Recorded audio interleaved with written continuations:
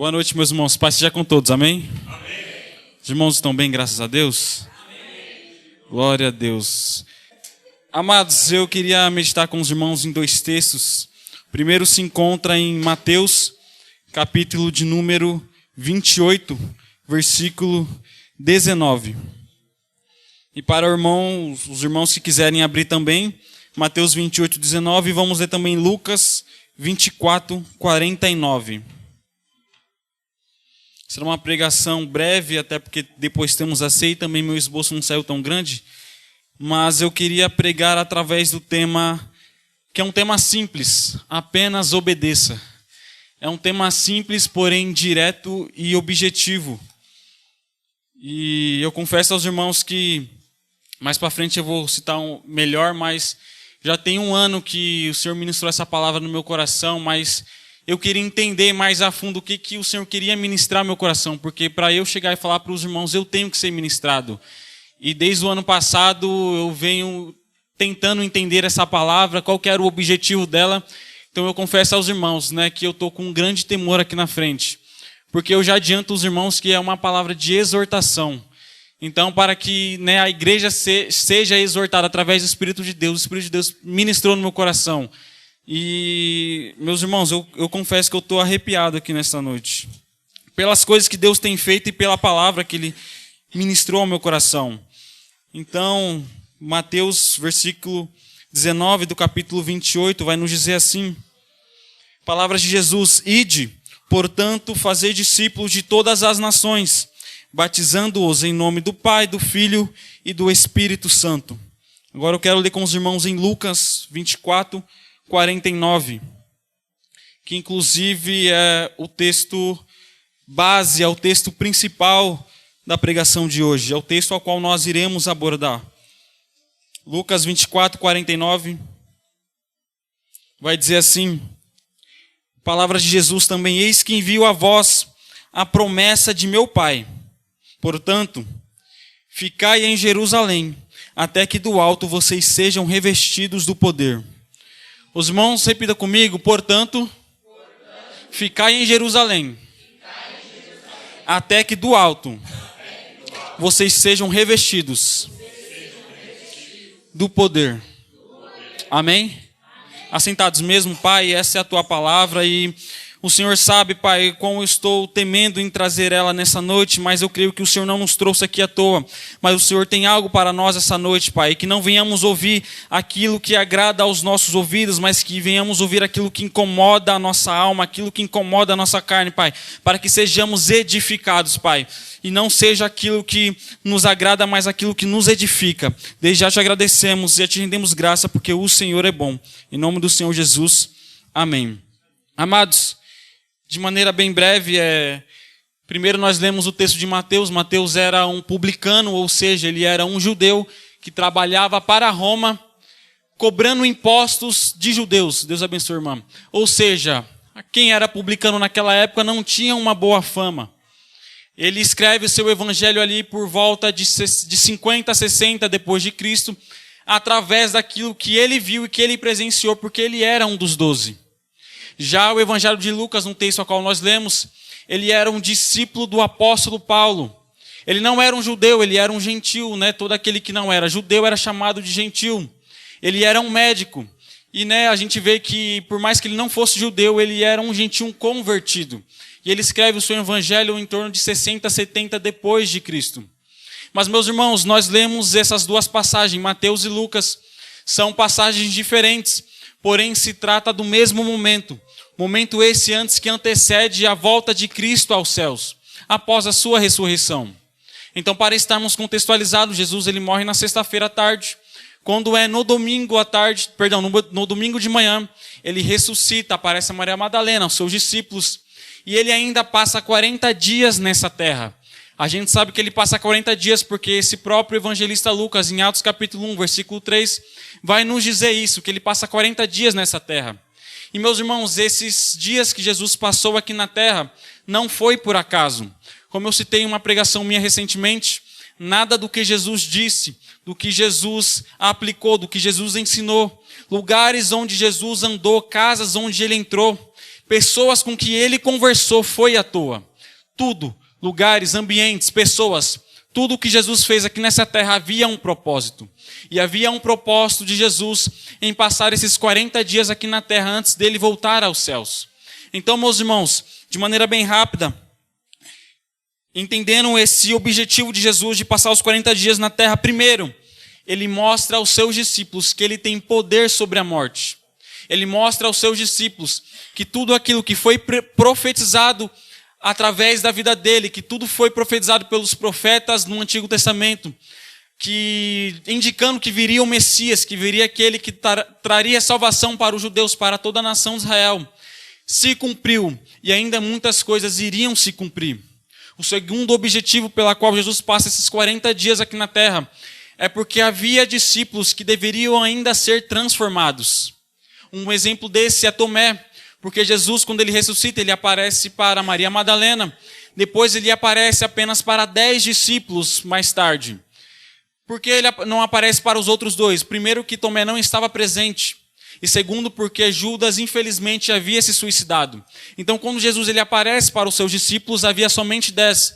E depois, quando Jesus ele sai daquele ambiente e chega a Tomé, os discípulos começam a falar, olha Tomé, Jesus ressuscitou e tudo mais. Mas ele, com a sua pequena fé, vai dizer, eu não acredito que ele ressuscitou dessa forma, dizendo em minhas palavras. Eu só vou acreditar se eu ver ele pessoalmente, se eu ver que há furos em suas mãos, se há furo em seus pés, aí sim eu vou acreditar que ele ressuscitou. Mas, meus irmãos, mais para frente, Jesus ele aparece novamente aos seus discípulos e Tomé está presente, e Jesus vai falar, olha, bem-aventurado aqueles que creram, mas não viram, e os irmãos conhecem a história. E também outro discípulo que deveria ser transformado era Pedro, porque mesmo Jesus ressuscitando, Pedro ele volta à sua vida antiga. Jesus disse assim que ele não seria mais pescador de peixes, mas pescador de homens. Mas mesmo Jesus ter aparecido para ele nesse momento a qual eu citei, ainda um pouco tempo depois, Pedro ele volta a pescar. Os irmãos conhecem essa passagem onde Pedro ele tem também uma outra pesca maravilhosa, eles comem ali peixe, e Pedro ainda não percebe que é Jesus, mas ele tem uma certa desconfiança. E acontece todo aquele episódio, Pedro, tu me amas? Jesus faz essa pergunta para Pedro durante 3 vezes. E a partir dali a vida de Pedro muda. E ele se torna um grande homem na fé e na presença do Senhor. Então o primeiro objetivo é que Jesus ele cumpre as profecias. Ele mostra aos discípulos que tem poder sobre a morte. O segundo motivo pela qual Jesus passa os 40 dias na terra é porque havia discípulos que deveriam ser transformados. E o terceiro motivo pela qual Jesus passa esses dias na terra é porque ele dá as suas últimas ordens. E essas últimas ordens é dividido em 2. A primeira ordem nós lemos em Mateus 28, 19. Ide, pregai, fazei discípulos, batizando em nome do Pai, do Filho e do Espírito Santo. Essa era a primeira ordem. A segunda ordem nós lemos em Lucas capítulo 24, versículo 49. Ficai em Jerusalém, até que do alto vocês sejam revestidos de poder.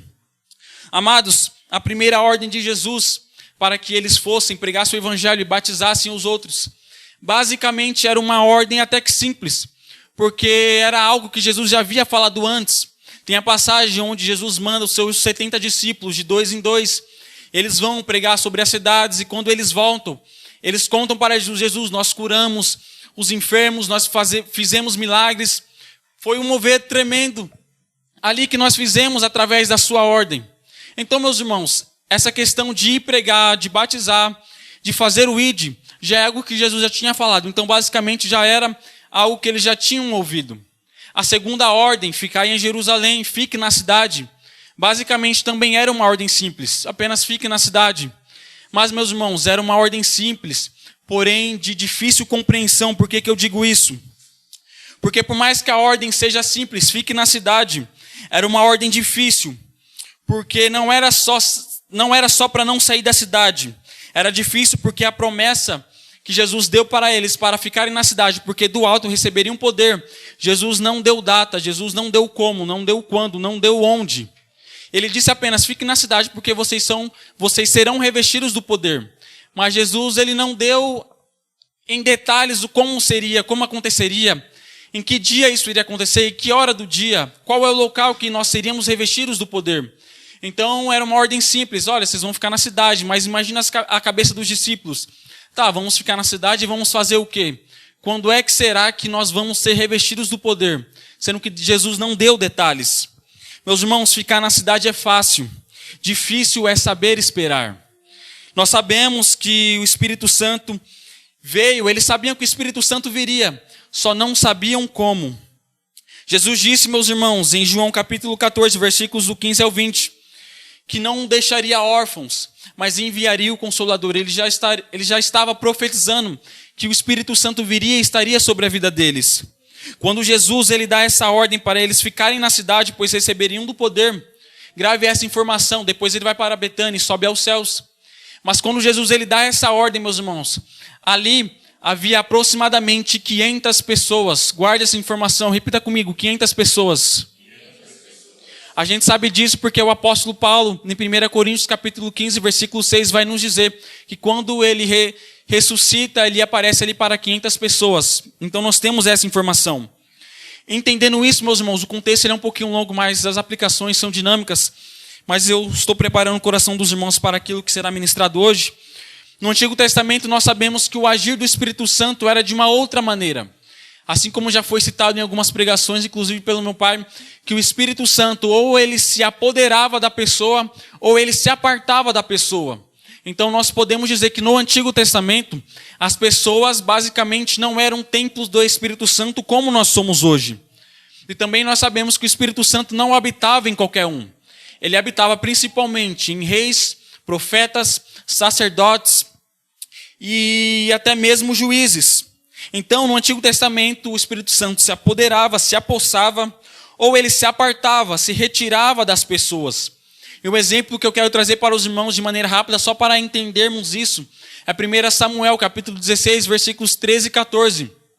É uma história conhecida onde o profeta Samuel vem para ungir um novo rei de Israel, porque Deus havia rejeitado Saul como rei. Então ele vem para a casa de Jessé, a partir do versículo 1. E ele vem depois de toda a história, de passar todos os irmãos. Vem Davi, um menino pequeno, de pouca idade. E ele unge Davi como rei de Israel. E a gente vai ver que quando ele unge Davi, a palavra do Senhor vai dizer no versículo 13 que o Espírito Santo se apodera de Davi. O Espírito Santo se apodera da pessoa de Davi. Mas quando já nós vamos para o versículo 14, a gente vê que o Espírito Santo se aparta, se retira do rei Saul, aquele a qual de 40 anos de reinado, 38 anos foi rejeitado por Deus. Ele reinou durante 38 anos sendo rejeitado por Deus. Então a gente vê que quando Davi é ungido, ele se apodera do Espírito de Deus. E quando acontece isso, logo o Espírito de Deus se aparta de Saul. Então, meus irmãos, nós vemos que a partir de Jesus, a forma e o trabalhar do Espírito Santo muda. Porque nós não precisamos ter mais essa questão de apartar do Espírito ou se apoderar do Espírito. Nós não precisamos mais buscar em terceiros a presença do Espírito Santo. Não, hoje nós somos templos. Você somos templos do Espírito Santo. Então, a partir de Jesus, o trabalhar do Espírito Santo muda. Jesus, então, meus irmãos, profetiza o Espírito. E nós sabemos que essa profecia se cumpre. E a profecia se cumpre, meus irmãos, 10 dias depois que Jesus dá essa ordem para que eles fiquem na cidade. Como é que eu sei que a profecia se cumpre 10 dias depois? Atos 1:3 eu citei que Jesus passa 40 dias nessa terra. E como eu sei que a promessa se cumpre 10 dias depois? Porque em Atos ainda, no capítulo 2, versículo 1, vai dizer: e cumprindo-se o dia de Pentecostes. Pentecostes, meus irmãos, significa 50º. Esse dia, esse 50º dia após a Páscoa, eles comemoravam, era algo cultural ali dos judeus, através de Moisés, eles comemoravam a festa das colheitas. Então, meus irmãos, comemorando essa festa, há 50 dias depois da festa da Páscoa, eles comemoravam esse 50º dia, Pentecostes significa isso, 50º, a festa das colheitas, festa que celebrava tanto as colheitas como também o dia em que Moisés recebeu a lei do Senhor. Então era um dia marcante, era um dia especial para os judeus naquela época. Então, quando nós chegamos em Atos 2, capítulo 2, a partir do versículo 1 ao 4, vai dizer que cumprindo-se o dia de Pentecostes, ou seja, cumprindo-se o 50º dia após a festa da Páscoa, eles estavam reunidos no mesmo lugar e de repente Ouviu-se um som como se de um vento veemente e impetuoso, encheu a casa onde estavam assentados. E foram vistas por eles línguas repartidas como os que de fogo, as quais pousaram sobre cada um deles. E o versículo 4 vai nos dizer que todos foram cheios do Espírito Santo. Então aquilo que Jesus profetiza sobre a vida deles acontece. Aquilo que Jesus profetiza, olha, fiquem na cidade porque vocês vão ser revestidos do poder. 10 dias depois acontece e eles são revestidos do poder. Então, meus irmãos, a partir desse momento, como eu citei, nós passamos a ser templos do Espírito Santo. E, meus irmãos, de maneira breve, eu queria aplicar com os irmãos 3 pontos. O primeiro ponto que eu aprendo a partir disso, a partir desse texto de ficar na cidade, a partir desse tema de apenas obedeça. Primeiro, não é porque Jesus não disse quando e nem como que a sua promessa não vai acontecer. Nós viemos do retiro e nós ouvimos muito através do presbítero Alindo, através do pastor que pregou lá sobre promessa. E Jesus, ele pregou e ele disse uma promessa para os seus discípulos, que o Espírito Santo viria sobre a vida deles. Porém, como eu disse, ele não disse como, nem quando, nem horário, nem local. Mas, meus irmãos, deixa eu te falar uma coisa, a palavra de Jesus já basta sobre a sua vida. Jesus, ele não precisa prestar contas para você. Jesus não precisou prestar contas para o homem segundo o seu coração, Davi. Meus irmãos, Davi, ele era um homem segundo o coração de Deus. E nós que somos nós, né, não temos esse título, imagina nós. Jesus não precisa prestar contas para nós. José, ele teve um sonho, ali em Gênesis capítulo 37. O início de sua história já começa contando que ele teve 2 sonhos. E resumindo, esses sonhos diziam que ele iria governar. Porém, meus irmãos, esses sonhos não tinha também data, não tinha local, não tinha quando, nem como, nem quantos anos iria acontecer para que essa promessa se cumprisse. E quando você vai ler a história, ele recebe essa promessa e após 13 anos, essa promessa é cumprida. Ele recebe essa promessa aos 17 anos, porém só aos 30 ele se torna um governador e se torna governador do Egito. Meus irmãos, Deus não prestou contas de como seria, mas o que vale é a sua promessa. A promessa foi cumprida e ele se tornou governador do Egito. Citando novamente Davi, Davi foi ungido, meus irmãos, segundo a história, segundo aquilo que a gente analisa do texto, em torno ali dos 14, 15 aos 16 anos, porque os seus irmãos eram mais velhos e participavam da guerra, já ele não. Então, meus irmãos, Jesus é ungido novo como rei, mas ele não foi direto ao trono, ele teve que ser perseguido por Saul, ele teve que sofrer, ele teve que fugir, ele teve que passar por diversas provações, até o momento em que a promessa fosse cumprida. Passou diversos anos e mesmo assim Deus não prestou contas de quando isso iria acontecer. Mas uma coisa é fato, a promessa foi cumprida e ele foi o maior rei de Israel. Então a palavra de Deus já bastava. Meus irmãos, como eu disse, Jesus não precisa prestar conta para nós. Mas de uma coisa nós temos que saber, a promessa será cumprida. Filipenses 1,6 vai nos dizer que eu tenho para mim que aquele que começou a boa obra é fiel para cumprir até os dias de Jesus Cristo. Meu irmão, aquele que promete é o mesmo que cumpre. Aquele que prometeu a você é o mesmo que é capaz de cumprir na sua vida. Basta você crer, basta você acreditar. Em nome do Senhor Jesus. A segunda coisa que eu aprendo nessa noite é: a ordem de ficar na cidade não era sinônimo deles ficarem parados. Amados, quem é chamado pelo Senhor não é chamado para ficar parado. A ordem de ficar na cidade não anula a ordem de pregar e de fazer discípulos. Pois antes deles serem pregadores territoriais, eles deviam ser pregadores locais. Antes deles fazerem o ID, eles tinham que fazer a sua missão dentro da cidade, dentro ali dos seus arredores. Olha o que vai nos dizer Atos capítulo 1, versículo 8. Mas recebereis poder ao Espírito descer sobre vós, e sereis minhas testemunhas, tanto em Jerusalém, como em toda a Judéia e Samaria, e até os confins da terra. Então olha que bênção essa promessa. Jesus falando, olha, vocês serão ungidos pelo Espírito Santo, vocês vão pregar, né, em Barueri, vão pregar em Osasco, vão pregar em toda São Paulo. Imagine que promessa maravilhosa é essa sobre a nossa vida. Mas antes de chegar ao versículo 8, havia o versículo 4 ainda de Atos 1. Palavra de Jesus, e reunindo-os, ordenou que não se afastasse de Jerusalém, mas que esperassem a promessa do Pai, a qual disse ele, e vocês ouviram de mim. Meus irmãos, antes que eles fossem pregar em outras cidades, no versículo 8 havia o versículo 4, olha, vocês têm que esperar na cidade, porque vai vir o Espírito Santo sobre vocês, mas vocês têm que permanecer na cidade. Meus irmãos, para eles permanecerem na cidade não era motivo para eles ficarem parados. Porque todo aquele que espera no Senhor, meus irmãos, não espera parado, mas espera agindo. Ele espera no Senhor cumprindo o seu chamado. Como eu disse, nós não fomos chamados para ficar parados. Cada um aqui tem uma missão. Cada um aqui tem algo para ser cumprido na presença do Senhor. E esse era o problema da igreja de Tessalônica. E Paulo, em suas cartas, ali em sua segunda carta aos Tessalonicenses, ali no capítulo 3, tendo esse cenário de que pessoas estavam ansiosas pela volta de Cristo, isso é maravilhoso, glória a Deus, mas eles estavam tão ansiosos pela volta de Cristo, que eles começaram a parar de trabalhar, eles começaram a parar de cumprir o seu chamado. Então Paulo os adverte, e ele fala assim, não ande com que andam de maneira desorganizada. Jesus, meus irmãos, nunca nos chamou para ficar parados, mas para agir. É isso que significa evangelho, é ação. Evangelho deriva da palavra evangelizar, que é um verbo. E nós sabemos que verbo é ação. Então, meus irmãos, evangelho é agir, evangelho é fazer, evangelho é ir fazer o ide, é não ficarmos parados. E Paulo, ele fala para essas pessoas em 2 Tessalonicenses 3, olha, parem de ficar parados, se afastam dessas pessoas que não estão fazendo nada. Paulo os adverte, porque, meus irmãos, nós não devemos ficar parados. Mesmo assim, meus irmãos, Deus, ele poderia, pela forma com que ele é poderoso, nos entregar tudo de mão beijada. Meus irmãos, ele é tremendo, ele é dono de tudo.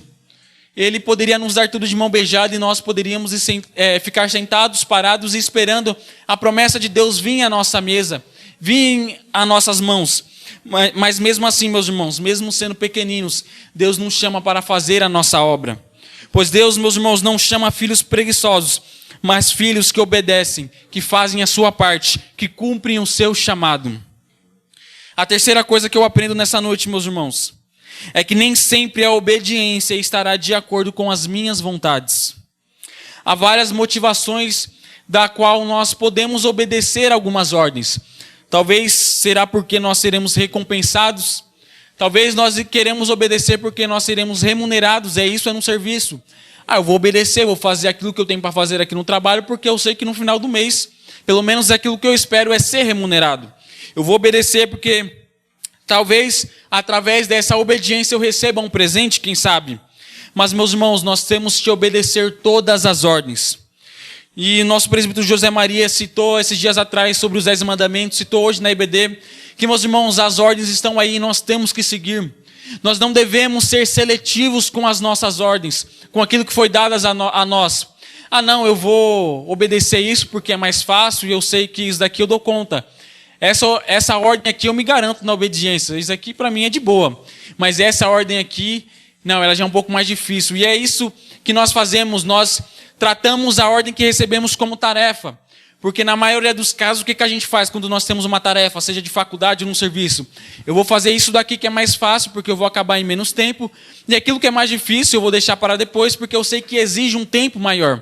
E nós fazemos isso com a obediência. Nós obedecemos aquilo que é fácil, aquilo que podemos fazer de maneira rápida, mas aquilo que exige tempo para obediência, aquilo que exige renúncia, aquilo que exige matar o nosso ego, aquilo que exige nós nos diminuirmos mais para que Jesus cresça mais, nós vamos empurrando com a barriga cada vez mais. E essa ordem que nós recebemos vai se adiando, e quando nós formos ver, nós não cumprimos essa ordem. Por quê? A desculpa era muito difícil, eu tinha que renunciar demais, eu tinha que fazer muito. Mas, meus irmãos, nós não podemos ser seletivos com as ordens que recebemos. Essa ordem de ficar na cidade era fácil, mas como eu citei, era difícil eles esperarem. Era difícil segurar a ansiedade, porque Jesus não disse como e quando seria.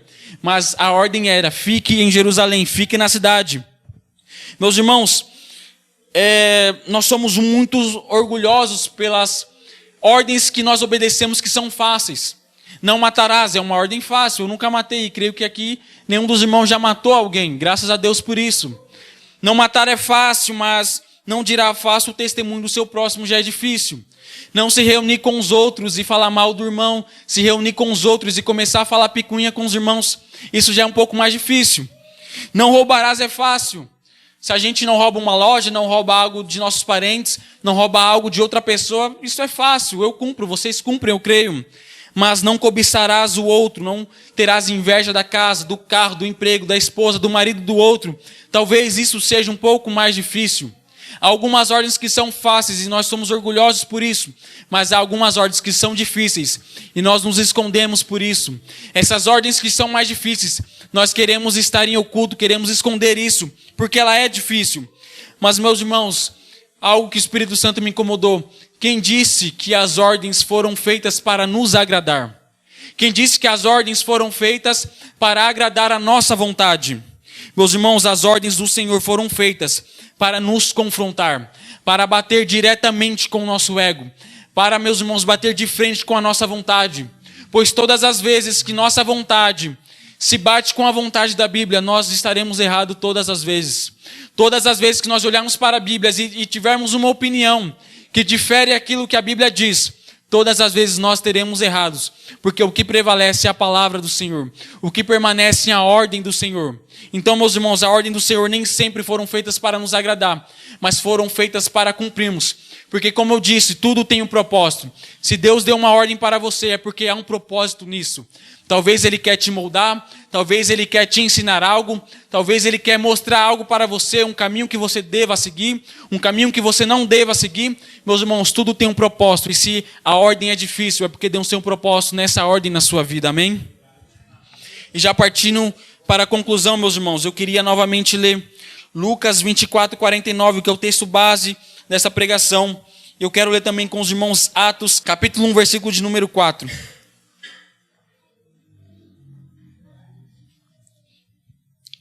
Lucas 24, 49 vai dizer: portanto, envio a vocês a promessa de meu Pai. Fiquem em Jerusalém, até que do alto vocês sejam revestidos do poder. E Atos 1, versículo 4 vai dizer que Jesus ele passou esses 40 dias aqui na terra. E como eu citei em 1 Coríntios, capítulo 15, versículo 6, que ali havia aproximadamente 500 pessoas. Amados, eu falei para os irmãos guardarem essa informação, porque era uma informação importante. Quando Jesus, antes de subir aos céus, ele dá essas ordens de ir, fazer, pregar e batizar e ficar em Jerusalém. Havia 500 pessoas naquele lugar. Mas em Atos capítulo de número 1, versículo de número 15, vai dizer que quando eles estavam reunidos ali no Sinédrio, havia 120 pessoas. Lucas vai nos dizer que havia 120 pessoas quando eles estavam reunidos ali. Primeiro eles escolhem quem sucederia o lugar de Judas, e depois eles começam a fazer um culto, e a gente entra em Atos 2, que cumpre-se o dia de Pentecostes, e os irmãos já sabem o texto. Então, meus irmãos, havia aproximadamente 500 pessoas lá, ao receberem a ordem, porém aqui, ao receberem o Espírito Santo, havia, meus irmãos, 120 pessoas. E como eu citei no início da pregação, entre agosto e setembro do ano passado, Deus ele ministrou ao meu coração essa palavra. E eu não entendia como eu poderia aplicar, como eu poderia ministrar essa palavra, porque era uma palavra de exortação, era uma palavra dura. E eu falei, meu Deus do céu, e eu guardei essa mensagem, e ao longo desse ano, o Espírito Santo foi ministrando no meu coração, e eu sei que hoje foi um dia especial para que Ele ministre essa palavra, porque eu sei que nada do que Jesus faz é à toa. Porque, meus irmãos, entendendo isso, o Espírito Santo começou a ministrar o meu coração, eu comecei a querer entender essa passagem. Porque que havia 500 pessoas lá, mas parece que essas pessoas sumiram. E quando chega aqui em Atos capítulo 1, versículo 15, havia aproximadamente 120 pessoas. Eu comecei a entender, meus irmãos, qual que é o erro de nós cristãos. Eu não estou falando para pessoas que não são convertidas, para pessoas que estão no mundo, para as pessoas que estão vivendo a sua vida de forma desraigada por aí. Não, eu estou falando para pessoas que são crentes. Mesmo que você seja um novo convertido ou você que está há 30 anos na igreja. Qual que é o problema de nós cristãos? Nós também que somos chamados de evangélicos, nós que somos chamados de crentes, os irmãos que usam Bíblia, os irmãos que vestem terno, os irmãos que vão para a igreja aos domingos, os irmãos que estão na bênção. Qual que é o nosso problema? Qual que é o nosso problema que somos novos convertidos ou aqueles que já estão há muito tempo na igreja? Qual que é o problema de nós? Meus irmãos, a questão é que muitos de nós que já estamos na igreja há muito tempo, muitos de nós que já entendemos a palavra, que viemos ao culto. O problema, meus irmãos, é que nós queremos receber de Deus, mas não queremos obedecer a Deus. E eu falo isso com muito temor, meus irmãos, porque nós queremos desfrutar, mas não queremos sacrificar. Nós queremos, meus irmãos, desfrutar das coisas boas de Deus, mas não queremos sacrificar o nosso eu. Porque desfrutar daquilo que Deus dá é bom, porque receber aquilo que Deus dá é muito bom, glória a Deus por isso. Mas nós não queremos obedecer, nós não queremos sacrificar o nosso ego, não queremos sacrificar as nossas vontades. Meus irmãos, receber é bom, mas obedecer é difícil. Desfrutar daquilo que Deus dá é bom, mas sacrificar em obediência já é difícil para nós. Meus irmãos, eu me questionava com essa palavra. E o Espírito Santo me incomodava, porque essa é uma palavra de exortação. Apenas obedeça às ordens de Deus. E o Espírito Santo ministrava ao meu coração, meus irmãos. E eu começava a me questionar, essa é uma verdade que dói, independente de quantos anos você tem de igreja. Essa é a realidade de muitos de nós cristãos. Que nós queremos tudo de Deus, mas não queremos entregar nada. Nós queremos receber tudo de Deus, mas nós mesmos entregar. Para quem entregar, se nós podemos receber de Deus? Não, meus irmãos, tem que ter a nossa parte, tem que ter a nossa entrega. Meus irmãos, a verdade dói, mas a verdade vivifica. A verdade dói, meus irmãos, a verdade dói, mas o Espírito Santo nos edifica. Meus irmãos, a verdade dói, mas há cura para a nossa alma. Meus irmãos, a verdade dói, mas deixa eu te falar uma coisa, o Espírito Santo ministrou isso ao meu coração, vai doer, mas vai curar. Porque, meus irmãos, Deus só exorta aqueles a quem Ele quer o bem. Você não está sendo exortado de maneira à toa, porque Deus não brinca com os seus filhos. Deus, Ele não brinca com os seus filhos porque nós não somos fantoches. E Deus está ali brincando com nós, faz isso, faz aquilo, não, agora eu vou trazer dificuldade para essa pessoa, não, mas agora eu vou trazer destruição, não. Deus não brinca, meus irmãos, com nós. Não somos fantoches de Deus, não, nós somos filhos. Todos aqueles que receberam a Deus se tornaram privilegiados de se tornarem filhos de Deus. João 1, a partir do versículo 13. Nós somos filhos de Deus, nós somos templos do Espírito Santo. E não há brincadeira no agir de Deus sobre a nossa vida. Não há, meus irmãos, brincadeira sobre as ordens de Deus sobre a nossa vida. Meus irmãos, Deus está nos exortando? Está. Mas isso é por um propósito maior. Amados, entendendo isso, fica o questionamento para nós. Nós queremos ser usados por Deus, então obedeça. Talvez seja isso porque muitas pessoas não estão fluindo naquilo que gostariam de fazer. Talvez seja isso que você tem um desejo de fazer algo, mas parece que está tudo dando errado. Parece que você tenta, mas parece que não dá certo. Por que será? Será porque você não está obedecendo às ordens do Senhor? Eu não sei qual é a ordem que o Senhor te deu. Talvez possa ser simples. Fique na cidade. Mas talvez também possa ser difícil, para você não ficar parado. Meus irmãos, eu não sei qual é a ordem do Senhor para você. Mas há uma ordem do Senhor que diz, apenas obedeça. Obedeça às ordens do Senhor. Então você quer ser usado? Então obedeça. Você quer quer fluir na presença do Senhor? Obedeça. Você quer ser usado poderosamente, seja na palavra, seja no louvor? Então obedeça. Você quer que as coisas prosperem na sua vida, meus irmãos? Então obedeça. Você quer ser usado? Você quer fazer o melhor? Você quer fazer a diferença, meu irmão? Não há fórmulas. Há apenas uma palavra: obedeça. Obedeça às ordens do Senhor. Amados, havia 500 pessoas que receberam a ordem, mas só 120 receberam um Espírito. E eu quero fazer a pergunta para nós essa noite: qual grupo nós estamos fazendo parte? Das 500 pessoas que receberam a ordem, ou das 120 pessoas que receberam a ordem, mas souberam esperar no Senhor? Porque todo aquele que espera no Senhor renovam as suas forças e não se desanimam, porque o Senhor é aquele que nos consola, o Senhor é aquele que nos direciona, o Senhor é aquele que nos dá a direção. Então nós sabemos que aquilo que Ele falou vai se cumprir. Nós lemos nessa noite. Jesus não errou quando Ele disse, Mateus 22,14, muitos são chamados, mas poucos são escolhidos. Jesus não errou quando disse, Mateus 9,37, a seara é grande, mas são poucos os trabalhadores. Jesus, Ele chama a muitos, mas são poucos que obedecem. Jesus, Ele chama a muitos, mas são poucos que fazem da vontade dEle aquilo que Ele pediu. São poucos que obedecem. Meus irmãos, nem todos que receberam a ordem receberam o Espírito, mas todos os quais receberam o Espírito obedeceram a ordem. Fiquem em Jerusalém, porque do alto vocês vão ser revestidos do poder. Eu não direi quando, nem como, nem onde, mas uma coisa é fato, a minha palavra basta. Fiquem em Jerusalém, vocês vão ser revestidos do poder. E a promessa foi cumprida. Atos capítulo 2, versículo 4. E todos foram cheios do Espírito Santo.